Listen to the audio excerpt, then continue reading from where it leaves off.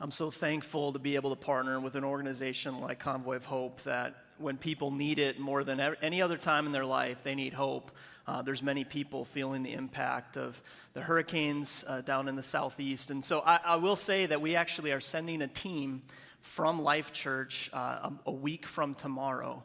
And these are individuals who have actually been through a full-blown training with Convoy of Hope. And so they're going to be there just helping in any way that they can. I will tell you this, though, if you are interested in that sort of thing in the future, just anytime there's a disaster, kind of being ready at a moment's notice to go out and be a part of that. If you check the box on your Next Steps card that says missions trips, we will follow up with you on that.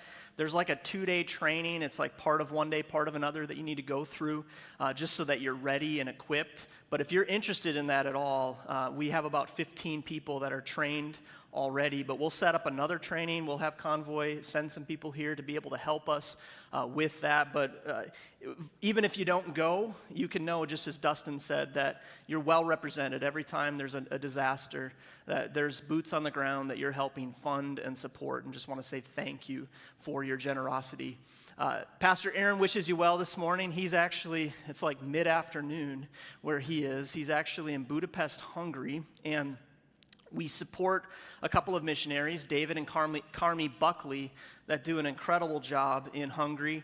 And they invited him to come, he and Tammy to come and actually do a training for pastors from all over Europe. So there's dozens of pastors from multiple different countries that are coming there to receive training. And I just want to say thank you for being a church that lends out your pastor. You know, maybe you're saying, I didn't know about that. I didn't give, but lends out your pastor just to be able to not just make an impact in the church here in Wisconsin, but all around the world. And so he'll be back next week as we continue this series in the book of James. If you have your Bibles, we are going to be turning to James chapter 3 today. I'll get there in just a couple of minutes, but needed to start with just a little game, okay? This is a little audience participation. So I'm going to read a series of quotes, and after each one, if you know who said that, you can just blurt out the answer. You don't have to raise your hand. Just shout it out this morning.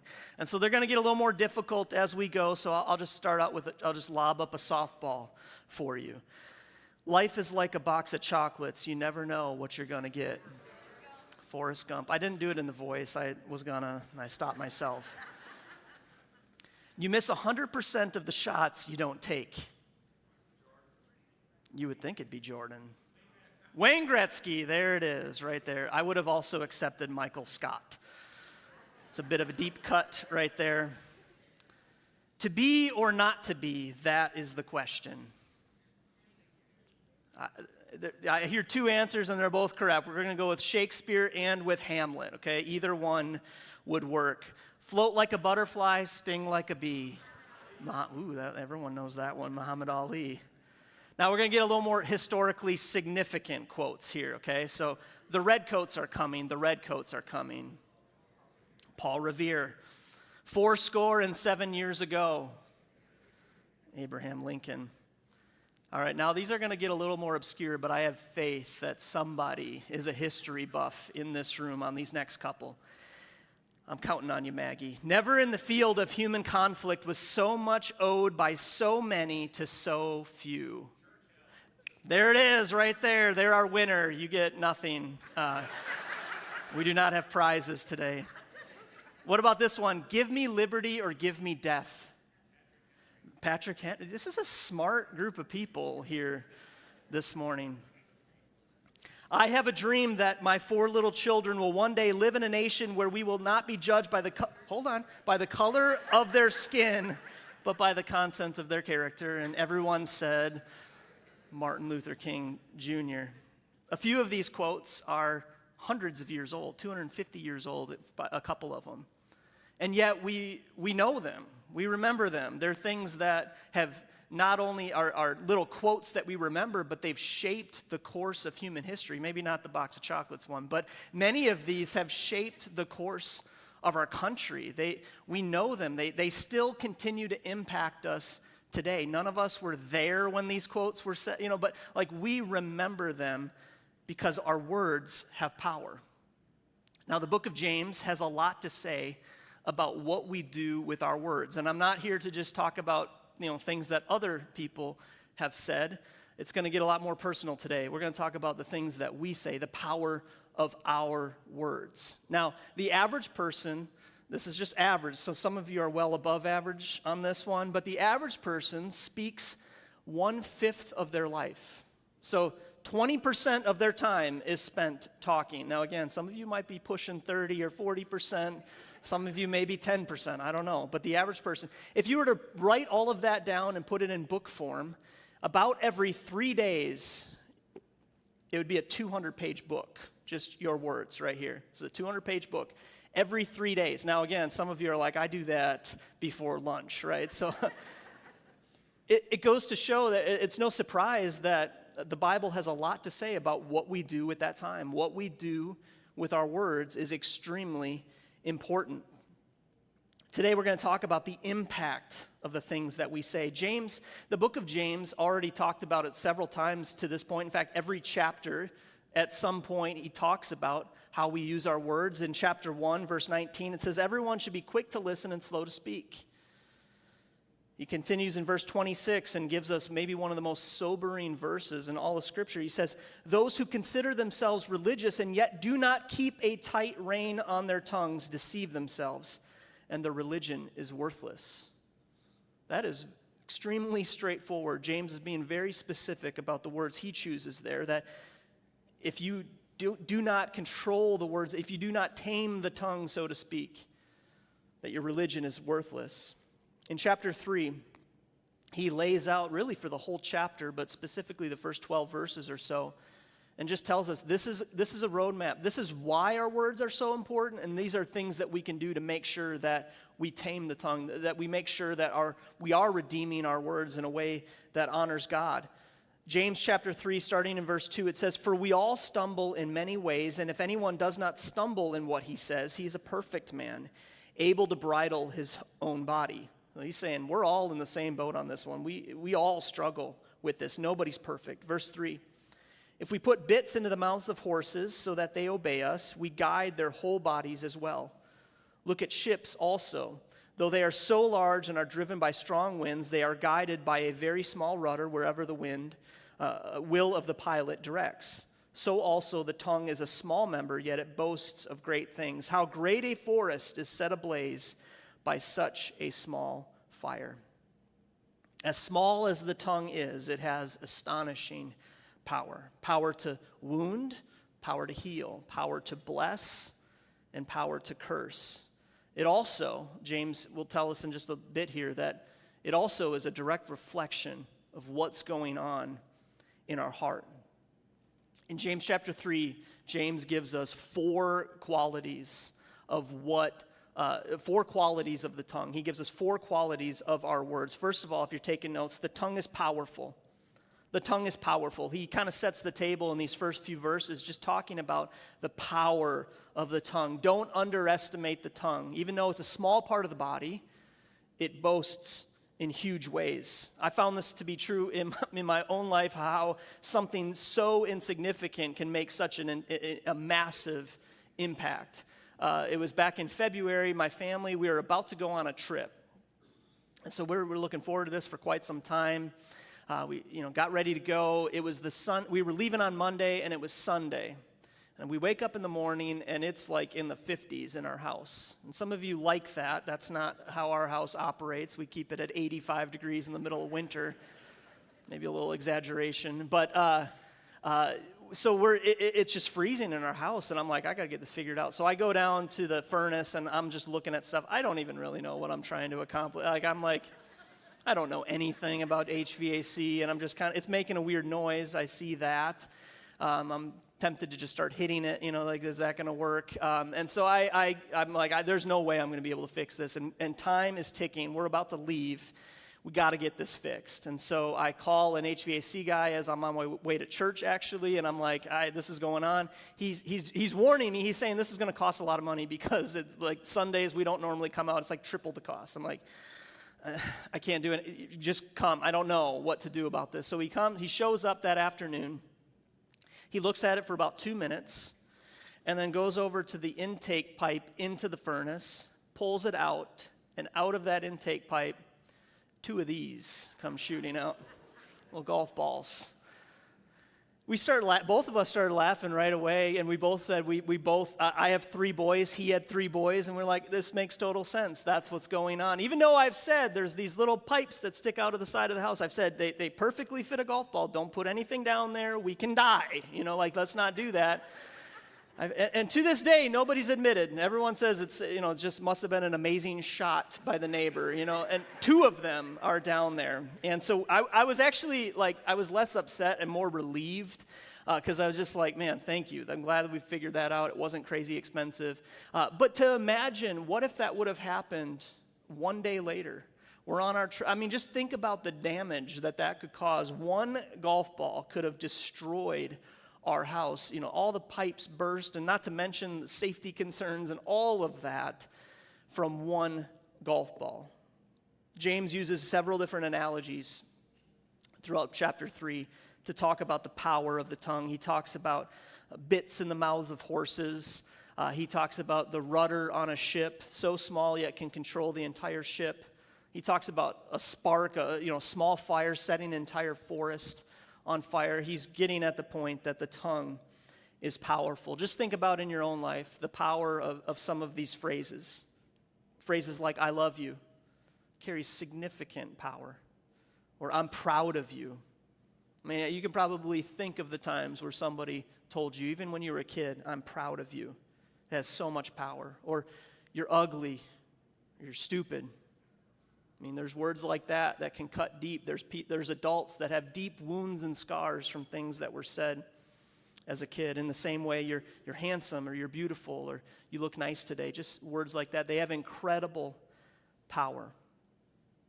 We know this to be true. I don't have to convince anyone that words are powerful, yet we often ignore key indicators in our own life that we may struggle in this area. I'm going to ask you just a few questions, and this whole message is meant to be very introspective. This is meant for us to simply say, how am I doing in this area? This is 20% of my life is spent talking. I better make sure that I am doing it in a way that honors God. If you answer yes to any of these questions, it may be an indicator that there's a little bit of work to do. Do you find yourself in arguments frequently? You don't have to answer these ones out loud, don't worry. Do you often have regret because of things that you say? Do you often talk about others when they're not around? Are you always thinking of the next thing to say rather than listening? Are your jokes typically crude? Do you catch yourself saying inappropriate words? Are you constantly sarcastic? I would never be sarcastic. What's funny is that the older I get and the older my kids get, more specifically, they become a direct mirror. They reflect people have always told me this, but I'm seeing this now in my kid, they get a little bit of sarcasm that comes from me. They're picking up on that. Is it difficult for you to apologize? Do you often have emotional outbursts, maybe out of anger? Do you talk about yourself often, constantly puffing yourself up? Is it difficult for you to compliment others? All of these things can be indicators that we have work to do. And if you struggle in any of these areas, there's good news, because James has a lot of advice to us as we keep reading. The second thing we see in chapter 3 is that the tongue is deadly. It's not just powerful. He says that it's powerful, but it's also deadly. More than just powerful, it can absolutely be destructive. In verse 5, it says, how great a forest is set ablaze by such a small fire, and the tongue is a fire, a world of unrighteousness. The tongue is set among our members, staining the entire body, setting on fire the entire course of life, and set on fire by hell. This idea of a forest fire, essentially. There are very few disasters that were more feared in the ancient world than fire. His audience would have known this is about as destructive as it gets, that one small fire can set an entire forest ablaze. It was probably 3 years ago, it was Thanksgiving weekend, and we always get a Christmas tree Thanksgiving weekend. And I was feeling terrible. I think I might have had the flu. It was bad, But it was like, do I have COVID? Do I have the flu? I don't know. It doesn't matter. I feel terrible. I'm just going to lay in bed. And so I'm very sick. And I tell Amanda, I'm like, can we just this year not go to the Christmas tree farm? Can we please just I'll pick one up at Ace, in the parking lot. I know we do usually make a big deal about the Christmas tree and all that with the kids. And I'm like, can we just please not this year? I just feel awful. And so she's like, fine, let's just go get one at Ace Hardware. So I go get one, bring it home, very proud of it. I realized really quickly there's a big difference when you get a good tree versus one just in a parking lot. Within about 2 weeks, almost all of the needles had fallen. I mean, we had needles everywhere. It was just a disaster. And so we get to New Year's, we usually take it down New Year's Day. If you don't do that, take it down New Year's Day. Don't leave it up till February, okay? So take it down.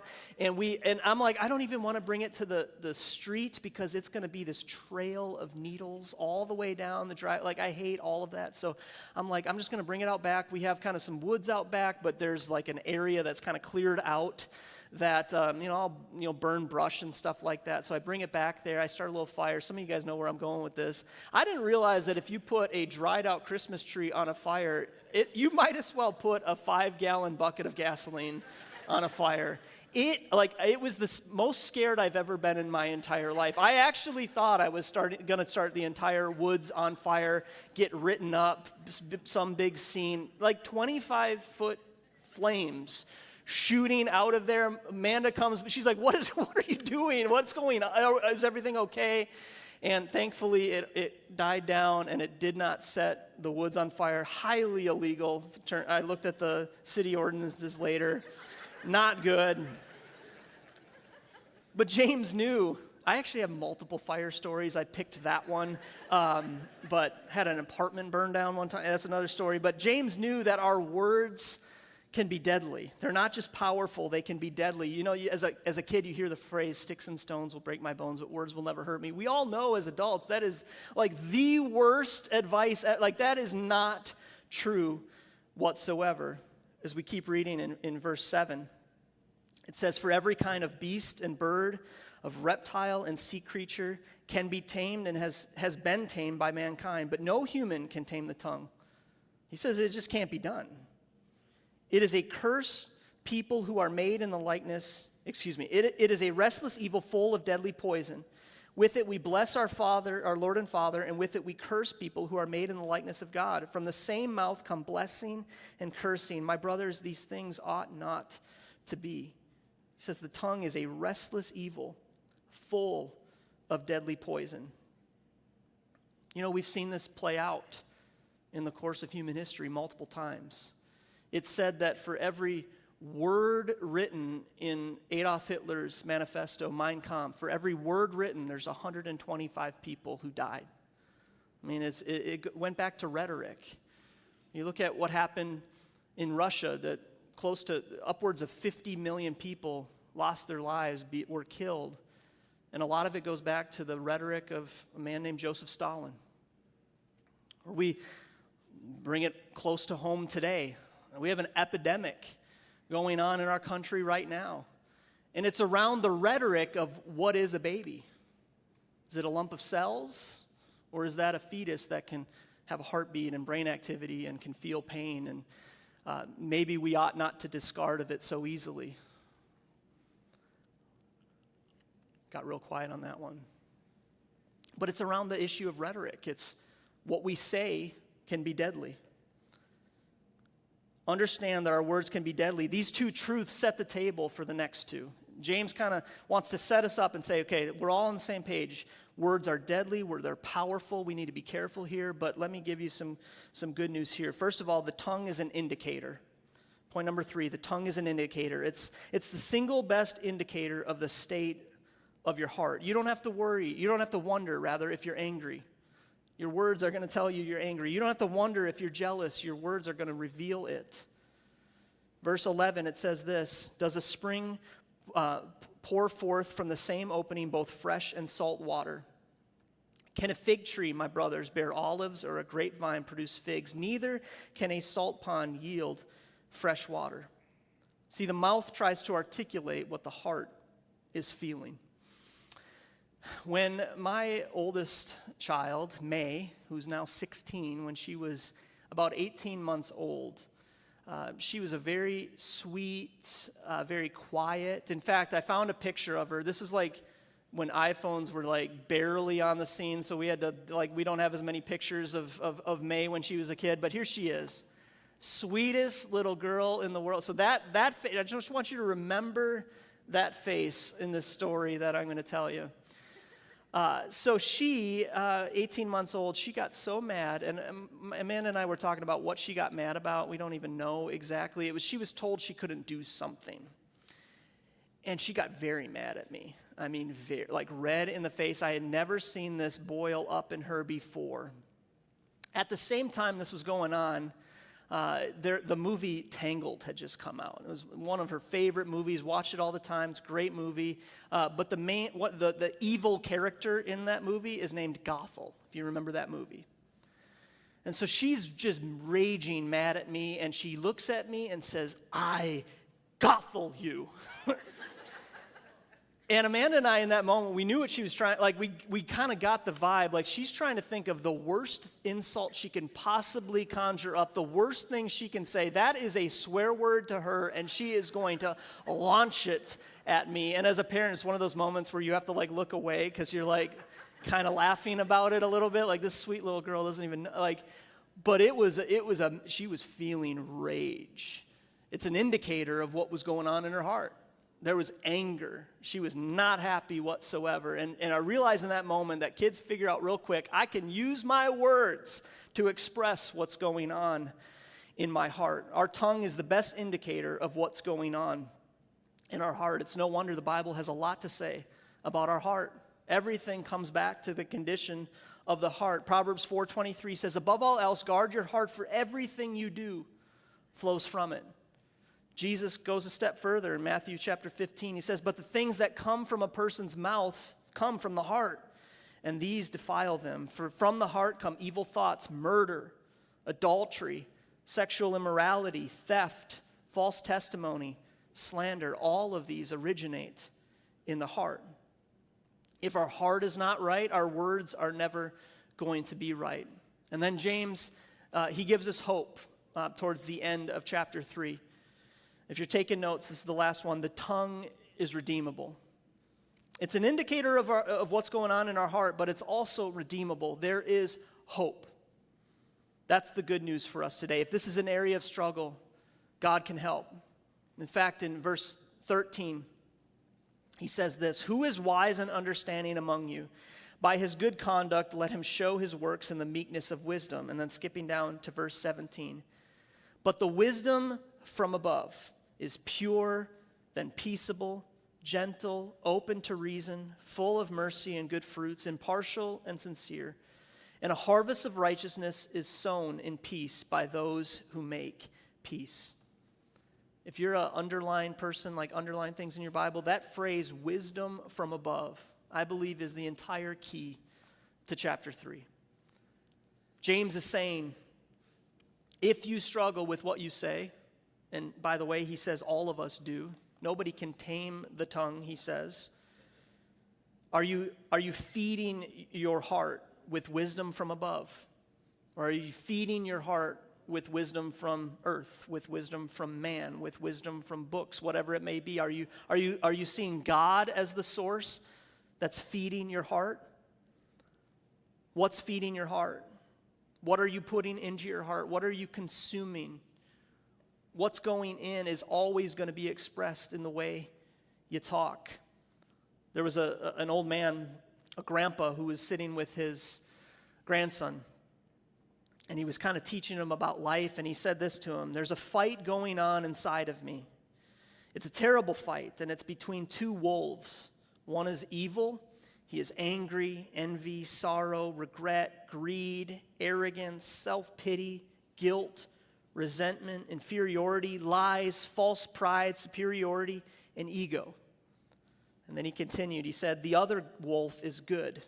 He is peace, joy, love, hope, serenity, humility, kindness, benevolence, empathy, generosity, truth, compassion, and faith." And that same fight is going on inside of you, son.